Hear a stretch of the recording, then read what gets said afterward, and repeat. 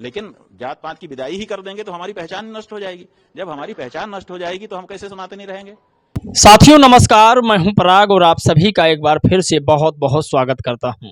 साथियों, भारत का जो संविधान है वो सबको इस देश में बराबर अपने अपने धर्म को मानने की आज़ादी देता है, लेकिन उसका ये मतलब नहीं कि आप भारत को ही धर्म में बदल दो। धर्म ये पूरा इजाज़त आपको नहीं देता है कि आप सभी धर्मों का अनादर करके अपने धर्म की बड़ाई कर दो, और ना ही भारत का संविधान कहता है कि भारत को धर्मनिरपेक्ष रहने दो। तब आप अपने धर्मों के हिसाब से भारत को क्यों चला रहे हो। बाबा साहब डॉक्टर भीमराव अंबेडकर ने संविधान बनाया और संविधान में सभी धर्मों को बराबर का अधिकार दिया। आज संविधान की धज्जियां उड़ाई जा रही है।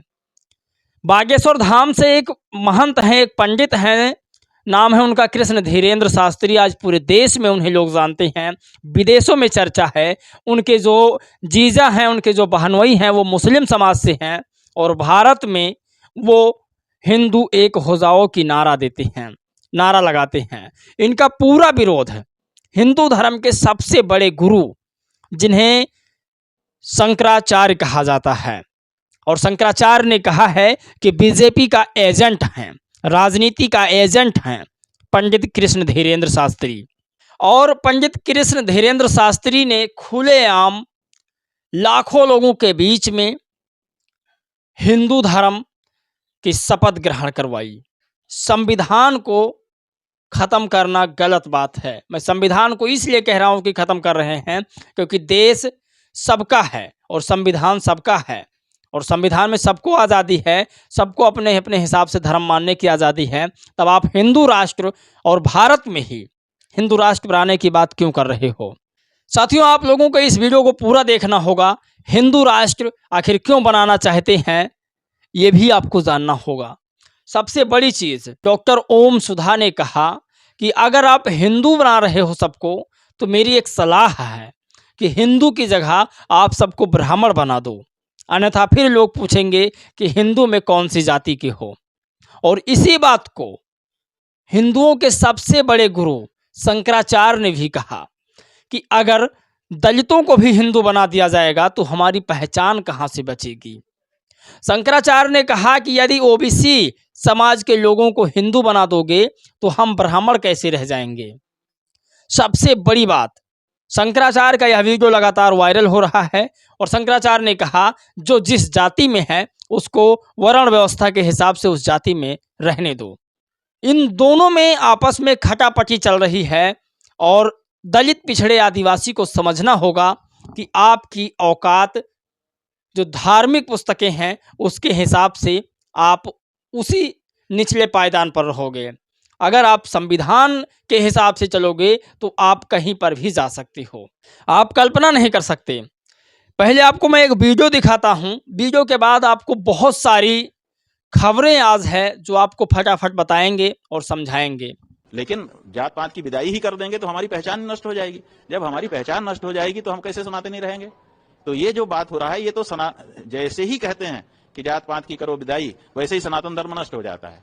तो ये वीडियो जो है आचार्य या फिर गुरु कह लीजिए, या फिर हिंदू धर्म के सबसे बड़े ठेकेदार कह लीजिए, इन लोगों का कहना है कि दलितों को यदि हम हिंदू बना देंगे तो फिर ब्राह्मण और दलित में क्या फर्क रह जाएगा। और पंडित कृष्ण धीरेन्द्र शास्त्री को बीजेपी का व राजनीतिक एजेंट बताते हुए उन पर बड़ा मोहर लगा दिया है, आप कल्पना नहीं कर सकते। सबसे बड़ी खबर है, ओम सुधा जी ने लिखा कि ब्राह्मण सबको हिंदू बनाना चाहते हैं, SC ST OBC के लिए तो बहुत जल्दबाजी है धीरेन्द्र शास्त्री को। आजकल इसी मिशन पर निकला हुआ है। भाई हिंदू क्यों बना रहे हो, सीधे सीधे ब्राह्मण क्यों नहीं बना देते। सोचिए, ये सबसे बड़ी सोशल एक्टिविस्ट हैं, और जब तक ऐसे लोग कार्य करते रहेंगे मुझे नहीं लगता कि कोई दलित पिछड़े आदिवासी को बरगला फुसला सकता है। दिल्ली से एक बड़ी खबर है, आप लोग जरूर इस पर विचार कीजिएगा कि उत्तर प्रदेश में भले ही चुनाव 27 में है, लेकिन दिल्ली में 2025 में चुनाव है। अगर दिल्ली में बहुजन समाज पार्टी और समाजवादी पार्टी मिलकर के चुनाव लड़ती है तो दिल्ली में दलित पिछड़े आदिवासियों का जो हिस्सा है वो मिल जाएगा। लेकिन क्या लगता है, मायावती जी के साथ या मायावती जी अखिलेश यादव के साथ गठबंधन करेंगी दिल्ली में? ये सबसे बड़ी खबर है। दरअसल मैं इसलिए कह रहा हूँ कि दिल्ली की लगभग 40 से 50% की आबादी यूपी और बिहार से है या फिर अन्य प्रदेशों से है, और वो लोग ज़्यादातर दिल्ली में जा रहे हैं जो गरीब हैं, जो शोषित हैं, जिनके पास आर्थिक रूप से कमज़ोर हैं, वो लोग जा रहे हैं दिल्ली में। और इन लोगों ने दिल्ली में जा कर के क्या ही हासिल कर लिया है? क्या दिल्ली की जो संवर समाज की सरकार है दिल्ली में अरविंद केजरीवाल की, क्या ओबीसी एससी एसटी के लिए कुछ किया दिल्ली में? अभी तक दिल्ली से पॉल्यूशन मुक्त नहीं कर पाई है। अगर बसपा और समाजवादी पार्टी की सरकार दिल्ली में बन जाए तो मुझे पूरा यकीन है कि दिल्ली की दिशा और दशा दोनों बदल जाएगी। इस खबर को संतोष ने लिखा कि दिल्ली में मुख्यमंत्री के चुनाव होने वाले हैं। दिल्ली में 2 ही पार्टियां रही है अब तक। 10 साल से आम आदमी पार्टी की सरकार है। पिछले 10 साल केजरीवाल की सरकार दलित ओबीसी के लोगों के लिए कोई काम नहीं किया है। दिल्ली में आधी आबादी उत्तर प्रदेश से, बिहार से आकर रहती है। इसमें अधिकतर लोग एससी एसटी ओबीसी समाज के लोग होते हैं। उनकी स्थिति वैसे ही वैसे रहती है, चाहे कांग्रेस की सरकार हो या बीजेपी की सरकार हो, या इस वर्ग के कुछ खास नहीं किया है। दिल्ली की राजनीति में बहुजन समाज के नेताओं को सक्रिय तरीके उतारने चाहिए। अखिलेश यादव और बहन जी को दिल्ली में एक होकर चुनाव लड़ना चाहिए। साथियों, इस पर आप लोग की क्या राय है? क्या दिल्ली में अखिलेश यादव चुनाव साथ में लड़ें तो ज़्यादा बेहतर रहेगा? अगली खबर की ओर बढ़ते हैं, जो सबसे बड़ी खबर है, और सबसे बड़ी खबर इस हिसाब से भी है कि दलित पिछड़े आदिवासी भारत के मूल निवासी हैं, और अगर इन्हें बरगलाया जा रहा है तो संविधान के लिए भी खतरा है और दलित पिछड़े आदिवासियों के लिए भी खतरा है। रजत मौर्य ने इस पर लिखा है कि हमें किसी भी लोगों के इशारे में नहीं आना है। ये आदमी खुलेआम संविधान की धज्जियां उड़ा रहा है, लोगों को हिंदू राष्ट्र की शपथ दिला रहा है। ये किसी खालिस्तानी आतंकवादी से कम नहीं है, और हम सब से बड़ी शर्म की बात ये ही है कि सरकार इसे खुला समर्थन दे रही है।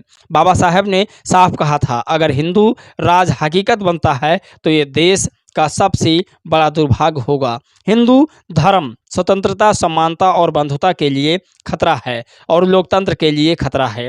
हिंदू राज को हर कीमत पर रोका जाना चाहिए। अगर मैं वकील होता तो मैं इसके खिलाफ तुरंत पुलिस में शिकायत दर्ज करवाता। अगर वह सुनवाई नहीं होती तो मैं कोर्ट जाता, लेकिन इससे जेल के अंदर भिजवा कर ही चैन लेता। ये तो शर्म की बात है कि पूरे दलित, ओबीसी, आदिवासी और बौद्ध समाज में एक भी वकील ऐसा नहीं है जो इसके खिलाफ कानूनी कार्रवाई कर सके। पंडित धीरेन्द्र शास्त्री पर अब लोगों ने तंज कसना शुरू कर दिया है, और तंज इस हिसाब से भी कस रहे हैं क्योंकि पंडित धीरेन्द्र शास्त्री जो हैं वो संविधान की धज्जियां उड़ाकर भारत को हिंदू राष्ट्र बनाना चाहते हैं। लेकिन जब तक सोशल एक्टिविस्ट लोग लगातार मेहनत कर रहे हैं, तब तक पंडित धीरेन्द्र शास्त्री तो क्या, किसी की भी दाल इस देश में नहीं गलने वाली है। अब बात करते हैं सूरज कुमार बौद्ध सोशल एक्टिविस्ट की। जातिवाद लठैत नारद की लाठियों से पीटकर उनकी हत्या करते हुए प्रदेश के शासन एवं प्रशासन को भी चुनौती दे रहे हैं।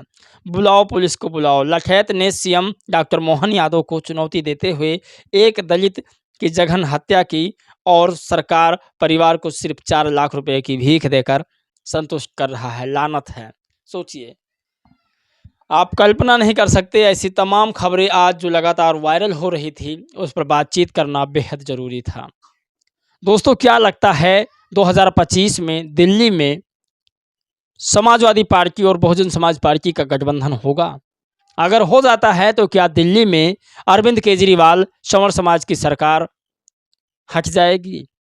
इस वीडियो में दोस्तों बस इतना ही। जय भीम, नमो बुद्धाय।